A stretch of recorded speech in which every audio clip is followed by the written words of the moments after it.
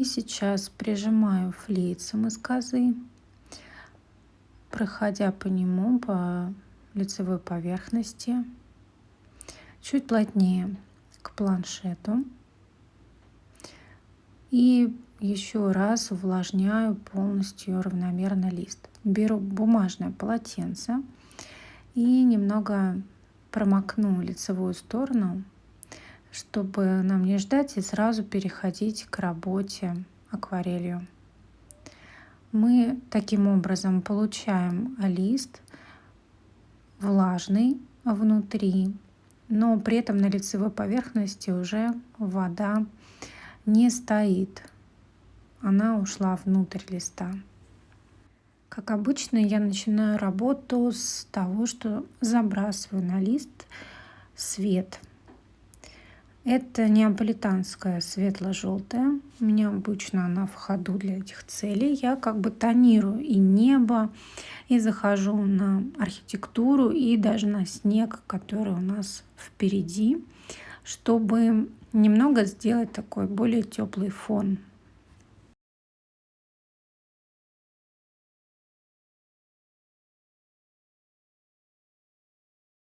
Теперь я беру заливочную кисть Белка Микс и королевскую голубую. Ее я буду использовать в составе с кадмием оранжевым в смеси. И получаю такой приятный жемчужный серый оттенок, которым я закрываю небо. Кисть здесь можно взять побольше, чтобы смело можно было все закрыть.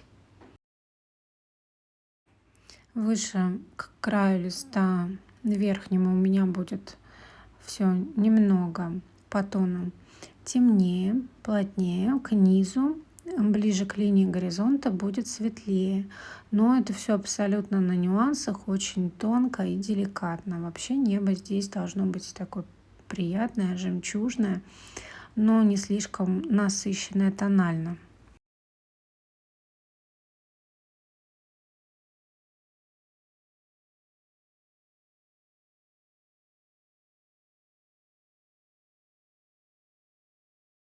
Чуть больше по пропорции королевской голубой я использую в верхней части неба.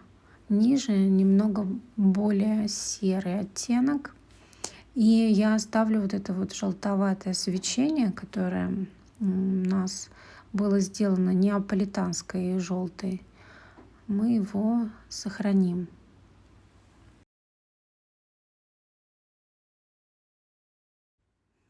Тот же самый замес королевская голубая и кадмий оранжевый. Немного погуще, побольше пигмента набираю. Та же самая заливочная кисть. И я начинаю работать с аллеей, которая у нас уходит в перспективу. И прокладываю там теневые участки. Показываю теневые фрагменты на сугробе в левой части нашей работы тоже. Заодно прохожу сначала тени.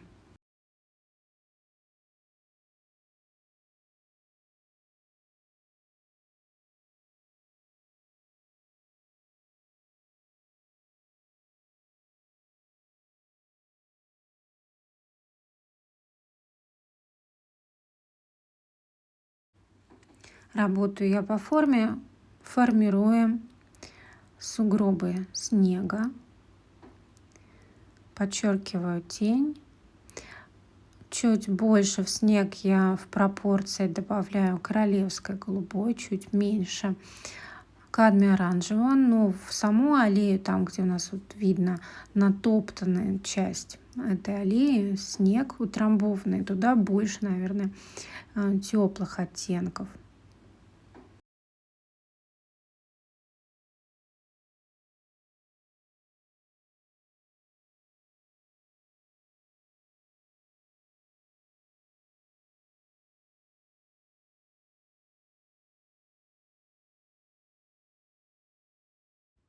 Я так и продолжаю работу только королевской голубой и кадмием оранжевым, просто беру их в разных пропорциях. чуть больше кадмия оранжевый, более теплый получаю замес, чуть больше королевской голубой, более холодный. И нюансами я варьирую эти оттенки.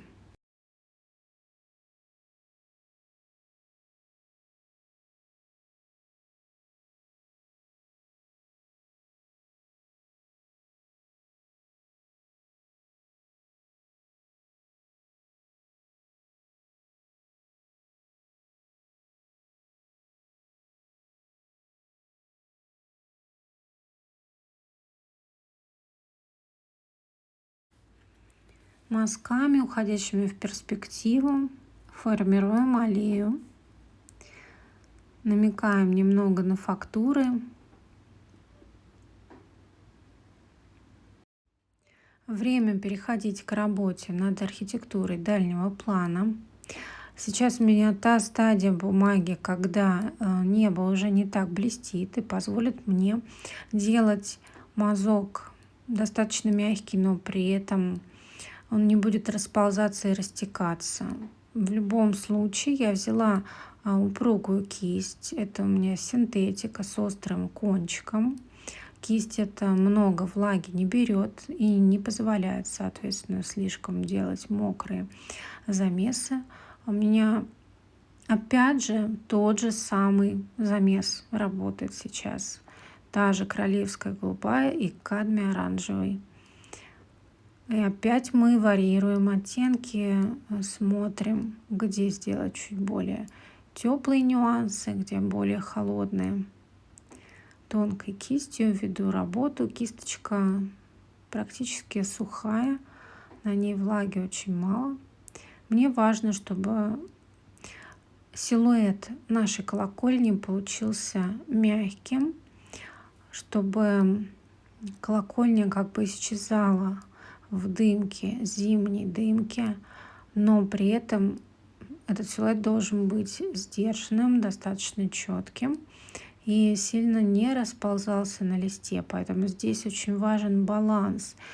Важно время выждать и приступить к работе тогда, когда будет кондиция бумаги соответствующая, чтобы можно было это выполнить качественно.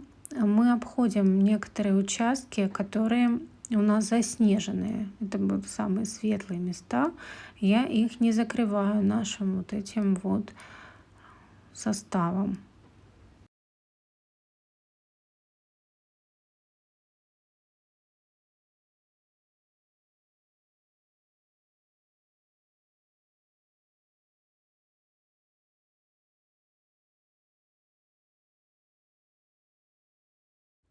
Я перехожу к более широкой части колокольни, и для этих целей я взяла кисть побольше. Это Белка Микс. У нее тоже острый кончик, французское крепление. И замес у меня тот же самый.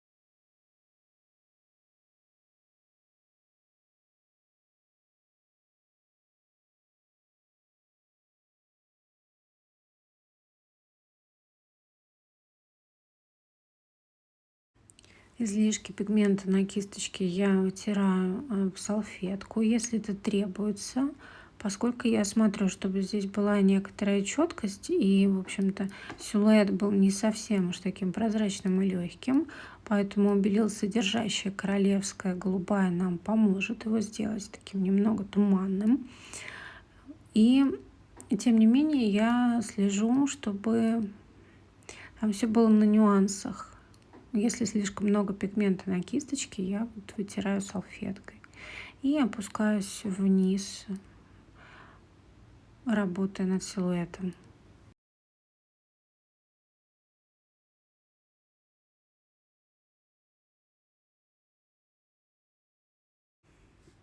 Не забывайте оставлять светлые участки там, где у нас будет снег на горизонтальных поверхностях архитектуры.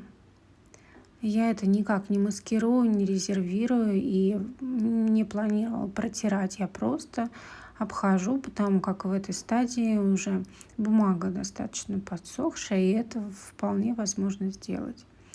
Если что-то куда-то вы зашли, можно промокнуть салфеткой и салфеткой выбрать эти белые места.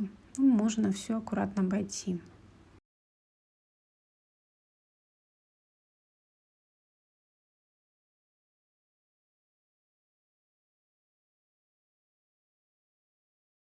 Много, опять же, на нюансах я уплотню правую часть колокольни, чтобы она у нас выглядела не плоской, а больше читался объем архитектуры.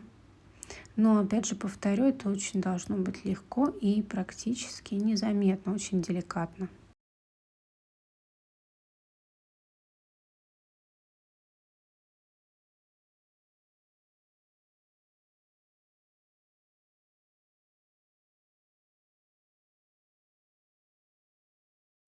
Так, сейчас мы вводим новый цвет на палитру. Это будет ультрамарин темный.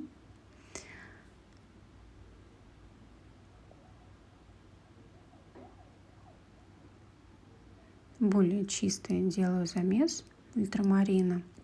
Поскольку, естественно, королевской голубой плотности ее тональной нам уже недостаточно. Я намешала ультрамарин темный с кадмием оранжевым и той же кистью синтетической. Я аккуратно намекаю на тональные акценты на колокольне. Это теневые места.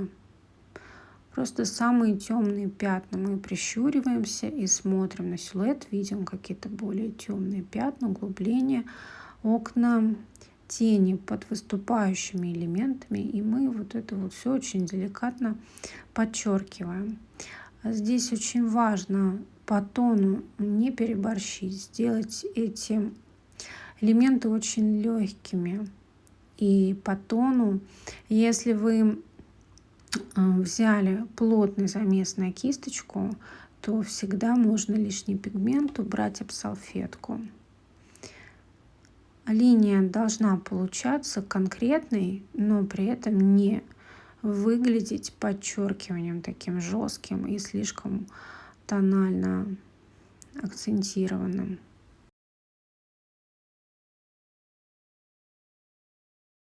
Если вы видите, что где-то немного начинает плыть силуэт по рисунку, всегда можно кисточку взять, промыть в воде, отжать ее хорошо, промытой кисточкой убрать лишнее, как бы причесать аккуратно контур, края нашей колокольни. И продолжаю дальше работу вести. Акцентирую больше какие-то угловые, узловые точки. Не прочерчиваю линии одинаково жестко, чтобы они не выглядели проволочными, неживыми.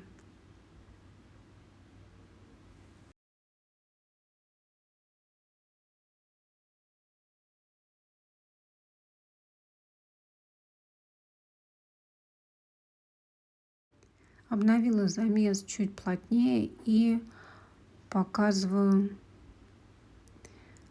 проемы колокольни. Они очень выделяются на фоне силуэта.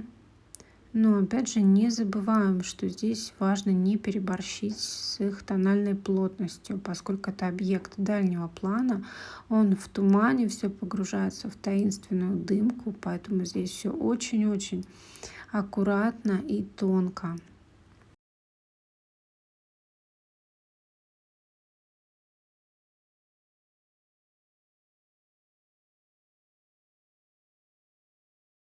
Если вы чувствуете, что где-то тона слишком много, то можно промокнуть то, что вы нанесли на лист, подушечками пальцев.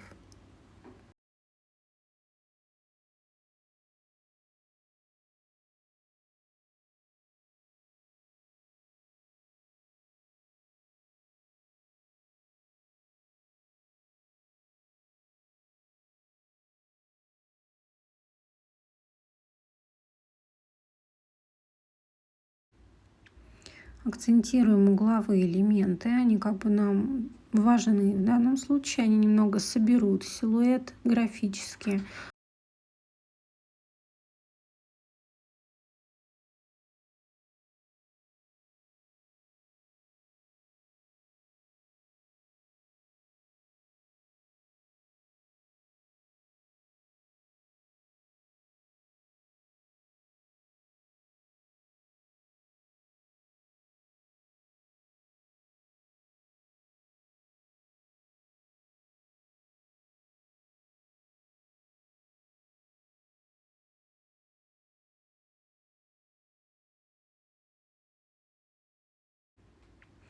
Напишем треугольное окно.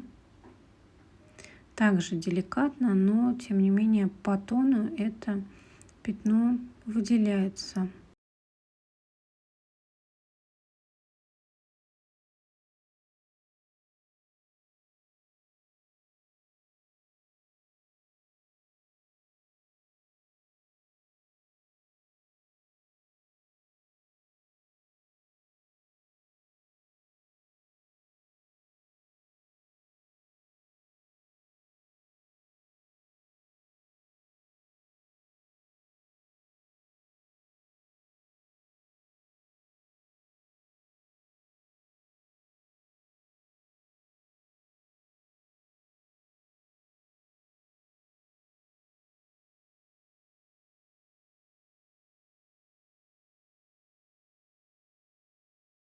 Так, я смотрю на то, что у меня получилось. Вот тут немного я салфеткой приберу излишнюю тональную плотность, сделаю немного полегче. Кое-где еще подчеркну, добавлю проемчики. В левой части архитектуры тоже.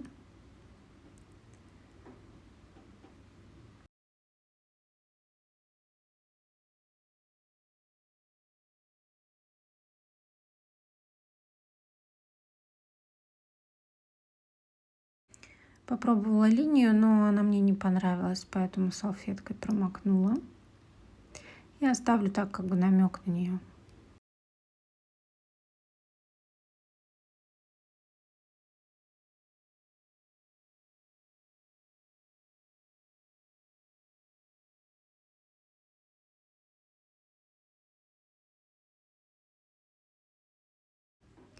Беру снова заливочную кисть Белка Микс. У меня тот же замес ультрамарин темный и кадмий оранжевый. И я начинаю этим замесом делать тень под карнизом дома в левой части нашей работы.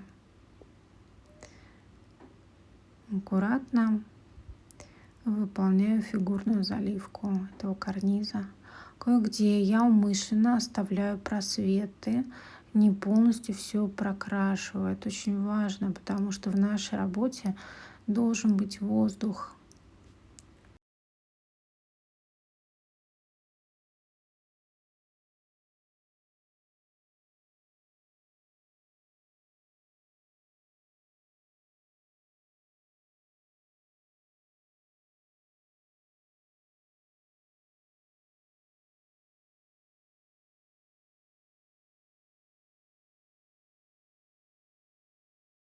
Или как бы теневую часть карниза. Теперь я беру больше кадмия оранжевого и начинаю дальше заливать силуэт здания. По тону он значительно темнее, чем то, что у нас на дальнем плане. Темнее, более теплый за счет кадмия оранжевого. Все делаю в пределах такой крайне ограниченной палитры, не добавляю никаких лишних оттенков.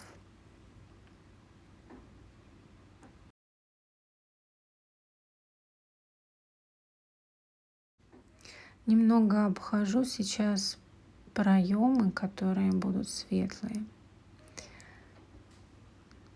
Самой мне это важно для понимания того, что у нас будет происходить на плоскости фасада, несмотря на то, что все должно у нас быть цельным. Вот для большей цельности я намешала чуть более холодный оттенок с ультрамарином в этой смеси и чуть у меня больше, с большим количеством воды, такая более легкая. Для тех частей здания, где у нас есть колонны светлые, где у нас светлое обрамление оконных проемов. И опять возвращаюсь к темной части нашего фасада, как бы к мясу фасада. Где-то, где мне кажется излишнее что-то светится, я сразу закрываю и спускаюсь на первый этаж. Здесь мы с вами также должны немного выделить, обойти козырек, который у нас засыпан снегом. Обходим его и чуть плотнее намешиваем пигмент к низу. Доводим до уровня цоколя на здание. Выделили, обошли козырек, опускаемся вниз. Вдалеке у нас там еще один козырек есть, мы также его обходим.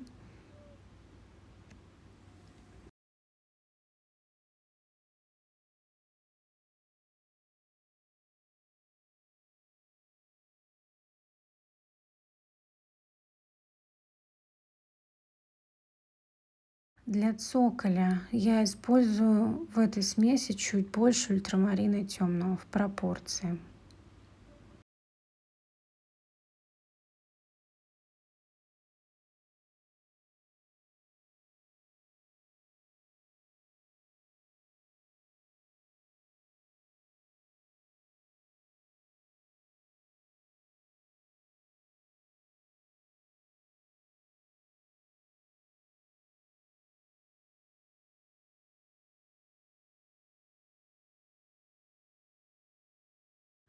Я намешиваю чуть более плотно ультрамарин и кадмий оранжевый, больше пигмента. Взяла плоскую кисть и делаю такие выступающие элементы декоративные на карнизе здания.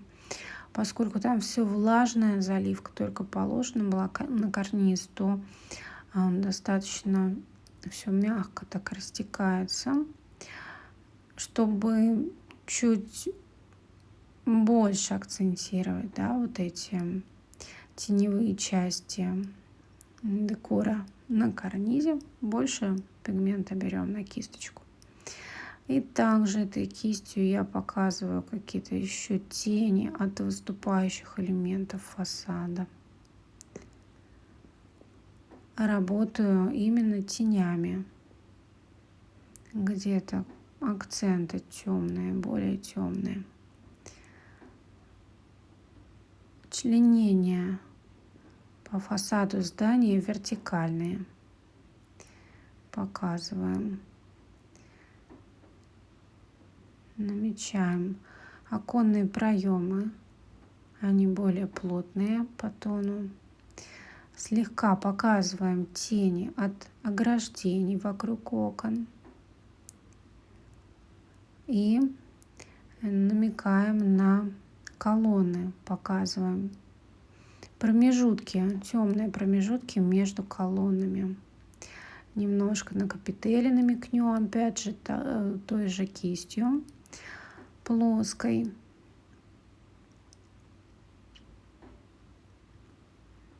И смотрим какие-то темные пятна, это выступающие элементы в тени на фасаде здания. И пока все влажное, эта заливка еще не высохла. Здесь все очень мягко и легко вписывается на нюансах. Вот важно именно в этот момент, когда не высохла у вас залитая часть этого фасада, выполнить вот эти вот все операции. И побольше пигмента, для большей плотности мы пишем козырек и дверной проем, который к нам ближе сюда, к переднему плану.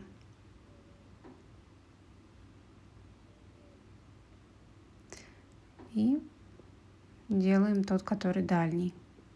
Буквально отпечатком кисточки. Чуть можно по тону его сделать слабее, чем тот, который впереди. Потому что у нас с вами здесь воздушная перспектива. Мы не забываем, что те объекты, которые дальше расположены, они больше уходят в дымку из-за плотности воздуха. Те, которые ближе, они по тону будут плотнее, интенсивнее.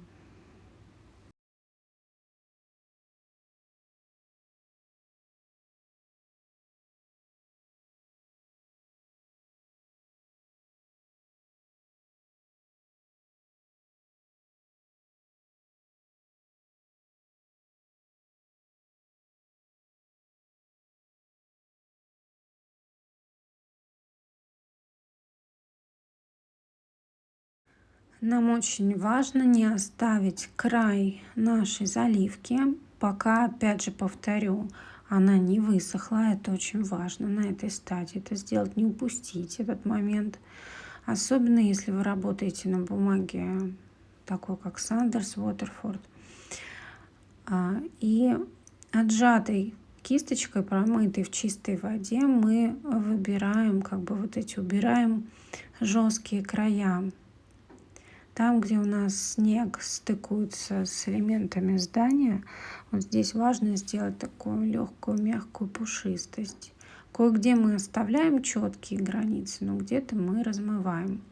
Дальний козырек я чуть-чуть с водой прохожу, делаю не таким кричащим, не таким светлым. Добавляю немного воздуха в карниз, чтобы он тоже не был такой непрерывной, однообразной линией, уходящей в перспективу. Я чуть-чуть перебиваю ее. И можно поработать сухой пушистой кистью, где-то что-то сделать более воздушным.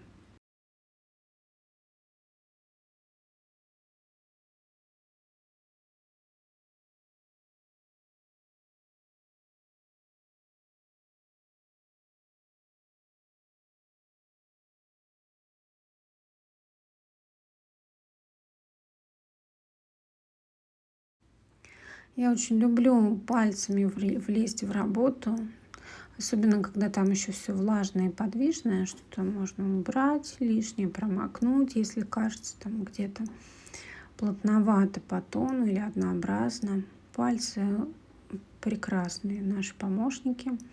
Снова намешиваем ультрамарин и кадмий оранжевый, но я взяла каллиграфическую кисть. И сейчас мы с вами перейдем к написанию деревьев в правой части нашей работы. Кисточка достаточно сухая. Я вытерла лишний пигмент о бумажную салфетку, потому как чем дальше эти деревья у нас расположены, тем они по тону должны быть легче. Более плотные должны быть те, которые ближе к нам, сюда, к переднему плану. Опять же, про воздушную перспективу это все. И мы здесь, вот когда лист уже в такой нужной кондиции, мазок получается сухой, плюс фактура самой кисти, кисть достаточно жесткий ворс имеет и позволяет нам использовать зернистость бумаги. Бумага у меня среднее зерно. Мы как бы эффектом сухой кисти, кисть проскальзывает по листу, не полностью прокрашивает ячейки хлопка и дает нам такой эффект деревьев. Поскольку деревья зимой, они состоят из множества веточек тонких, образующих некую такую темную по тону дымку с просветами, множественными просветами неба вокруг и вообще того, что за деревьями находится фоном. Но тем не менее Деревья имеют такую достаточно активную плотность, потому что ветки эти, они темные, как правило. Так что здесь есть некоторая такая особенность написания деревьев зимой, те, которые не покрыты инеем, а просто состоят из веточек. Вот мы создаем эту волшебную дымку плотную по тону, но при этом она должна нам пропускать воздух, она должна быть легкая, чтобы было вот это впечатление того, что это не листва, это не крона, как летом, да, густая, а это все ажурное, очень-очень тонкое.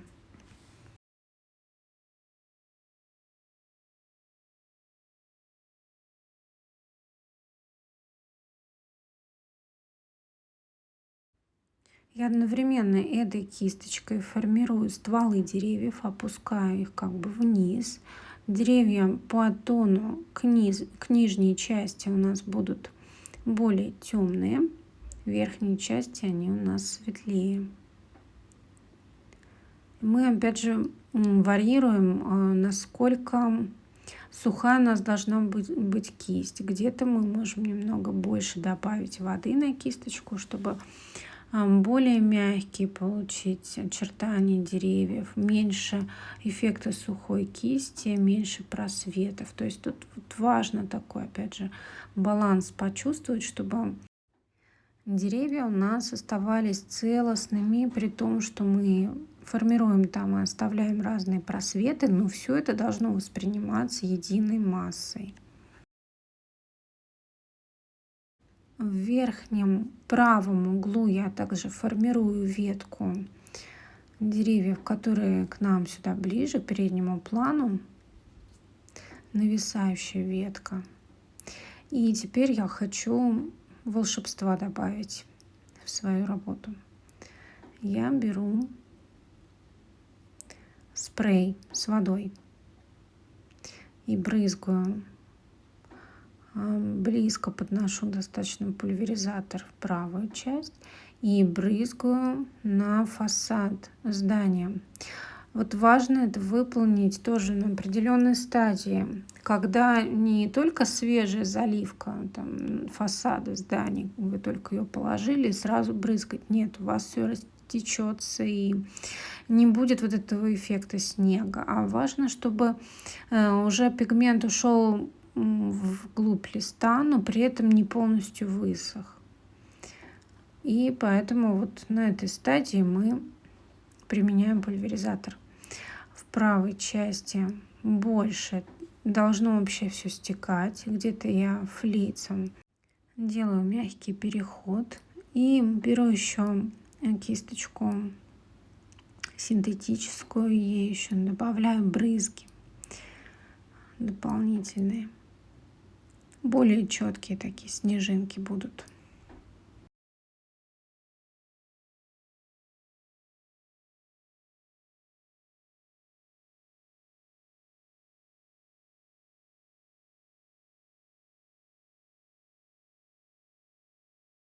Где-то я прям добавляю воду кисточкой, чтобы она вытесняла пигмент.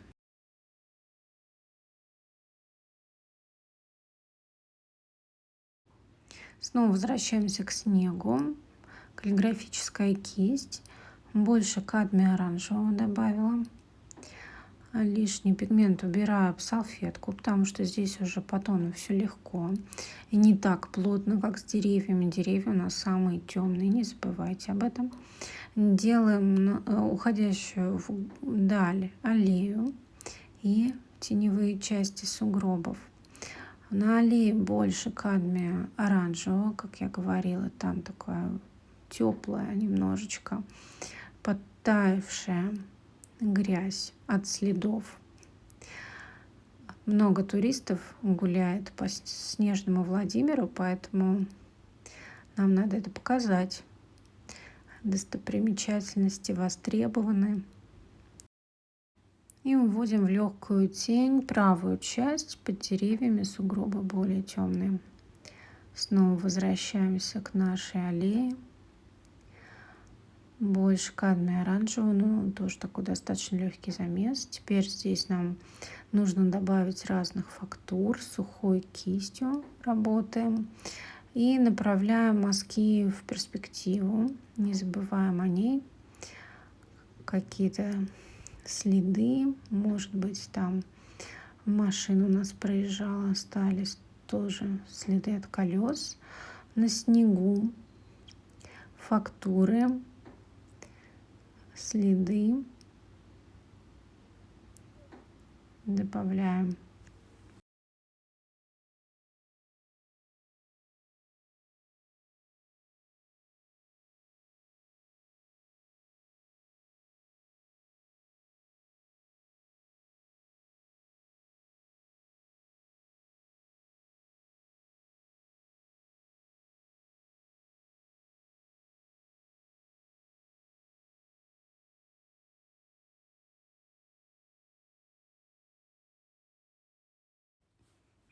Здесь все должно быть на нюансах. Очень деликатно, очень аккуратно по тону. Вообще вся работа такая, несмотря на то, что она в ограниченной палитре, абсолютно сдержанная по своему колориту. Здесь такая основная сложность не переборщить с тоном, верно расставить тональные акценты. При этом не забывать играть с краями. Где-то более сухой, жесткий край, где-то мягкий, размытый. И не забывать о балансе теплого и холодного. Холоднее, теплее мы вот вводим буквально на нюансах вот эти вот нехитрые замесы противоположных на цветовом круге цветов. Чем ближе к переднему плану, тем больше четкость у нас должна быть в фактурах, более конкретные границы, какое-то мельтешение, шум.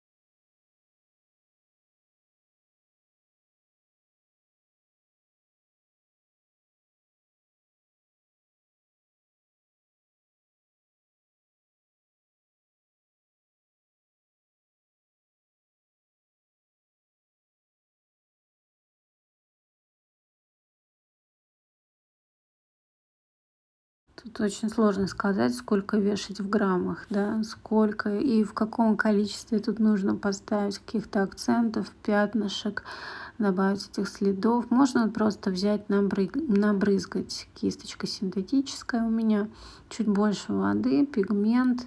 И куда хаотично упали капли, там, значит, им и предназначено быть в моей работе. Элемент случайности, он, в общем-то, ближе к тому, что у нас происходит в природе, потому как у нас все в действительности не так логично, но всегда очень интересно по ритму. Сейчас мы поработаем с бордюром. Здесь можно взять уже немного умбры жженой или что-то коричневое, там Марс коричневый, это не принципиально, потому что здесь просто важен более плотный тон. Мы подчеркнем бордюр, который у нас идет в правой части нашей аллеи. И обратите внимание, что линия это не однообразная такая, не скучная, она ни одной ширины. Где-то она пропадает, она полностью ушла под снег, снег и засыпал наш бордюр. Где-то проявилась чуть больше, особенно край листа, больше четкость. Размываем немного флейцем с водой низ стволов деревьев, там да, немного светиться должен у нас снег. В общем, тут надо так аккуратно и красиво, достаточно мягко пристыковать вот эти стволы и снег. Добавляю сухой кистью, тут у меня уже все высохло, тонкой синтетикой. Аккуратно, так деликатно наши фонарные столбы, фонари. Они здесь очень тонкие. И хорошо, если эти линии имеют начало, конец, а в середине они могут полностью исчезать.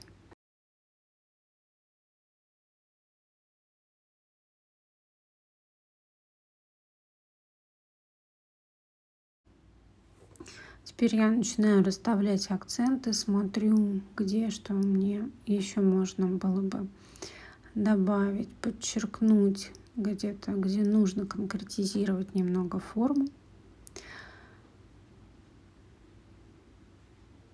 Стволы слегка можно тронуть еще.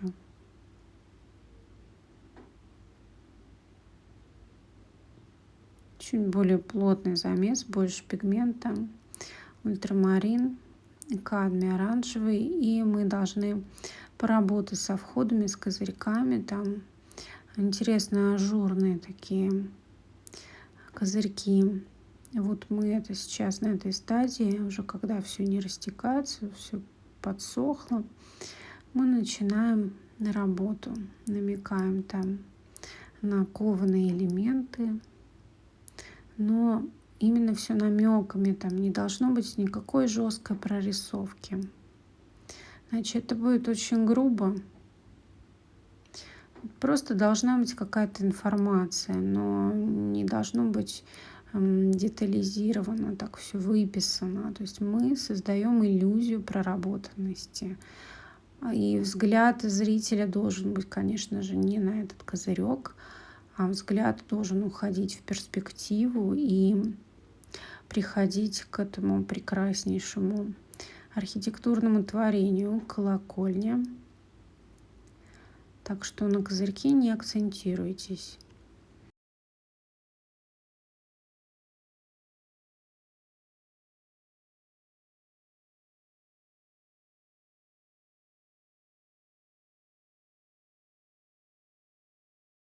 И я начинаю добавлять людей вдалеке темными пятнами. Где-то еще я добавляю акценты, небольшие, тонкие.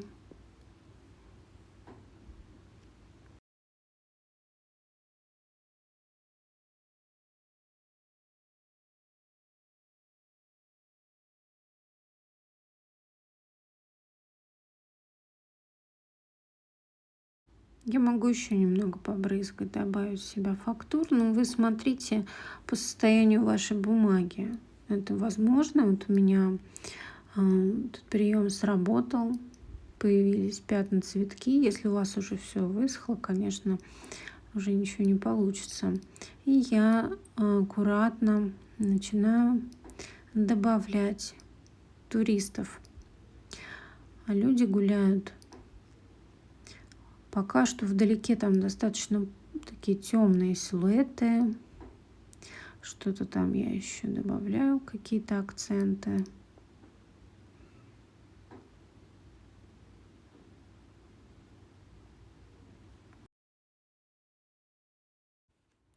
Дальше я беру кадмий оранжевый. И фигуры, которые сюда ближе к нам, более крупные по размеру, они все-таки у нас более цветные. То есть то, что далеко, оно там из-за дальности расположения относительно переднего плана, оно уже непонятно какое по цвету. Просто темные пятна. То, что ближе фигуры сюда к нам, здесь я уже добавляю цвет. Ну и смотрю, чтобы, конечно, не одинаково эти все братья-близнецы у нас получились. Смотрите, чтобы все было гармонично. И немного намекнем на тень, чтобы люди у нас приземлились на нашу аллею, не летали в воздухе. Ставим еще вдалеке. Немного подушечкой пальцев убираю тональную плотность, поскольку фигуры дальше снова воздушная перспектива в действии.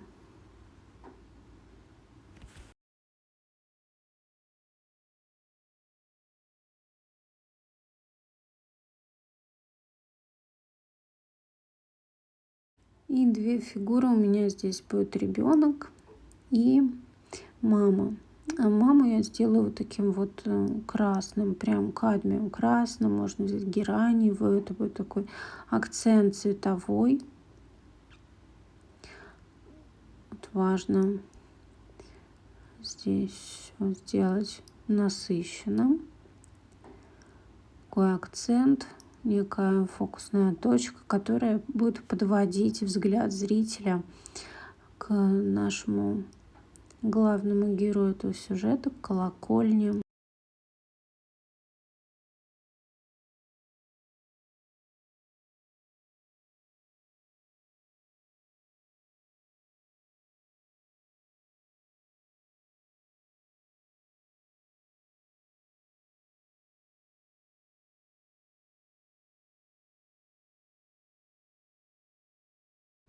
Так, человек готов.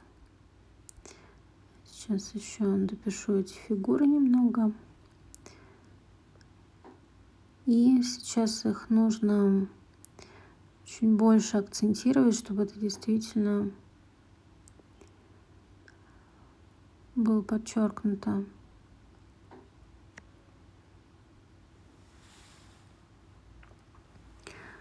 Я обхожу по контуру фигуру в красном и делаю там деревья. Темный низ деревьев добавляю туда, чтобы соединить вот эти части между собой. Деревья, фигуры. Поскольку белая полоса, которая там была, она как-то разделяет это все, выглядит не целостно.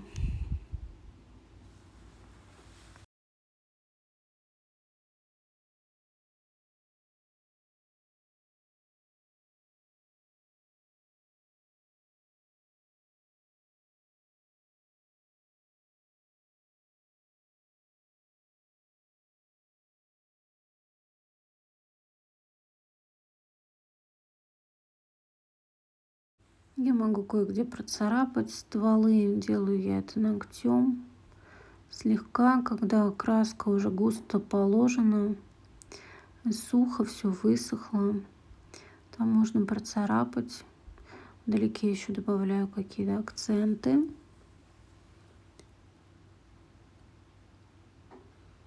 Беру опять кадмий красный и еще в левую часть немного поставлю акцент, чтобы у нас не только фигура в красном была, чтобы это цвет у нас не был случайным. Поддержку ему еще добавляю.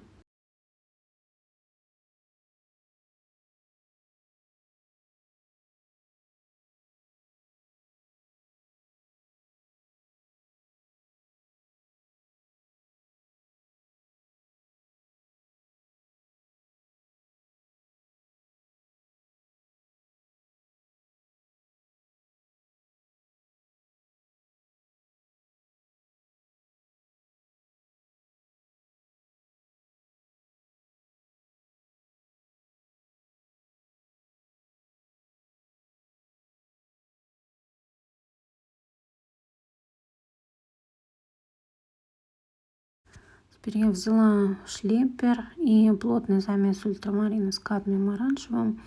Делаю веточки дерева, которое у нас тут впереди, нависает в правом верхнем углу.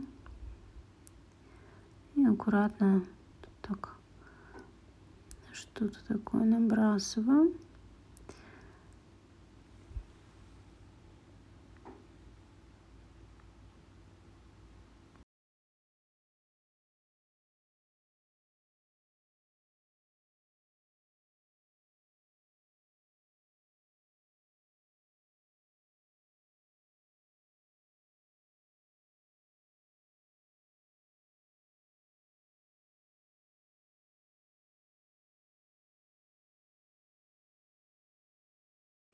Немного еще шлепером там добавляю детальки небольшие на фонарных столбах.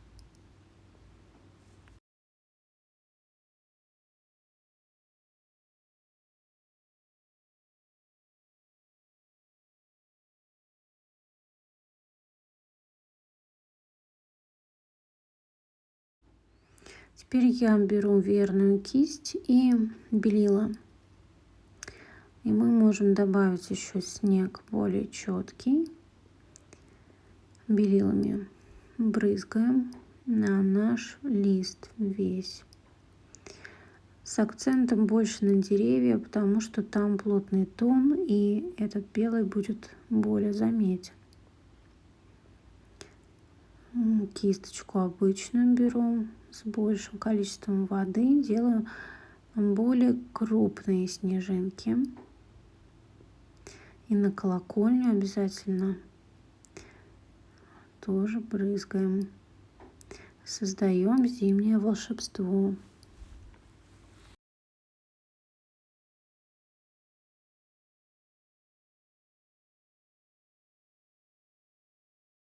Я взяла разбавленную грязюку с палитры и ей побрызгала на небо, потому что у нас там снежинки на светлом, а они выглядят наоборот темными.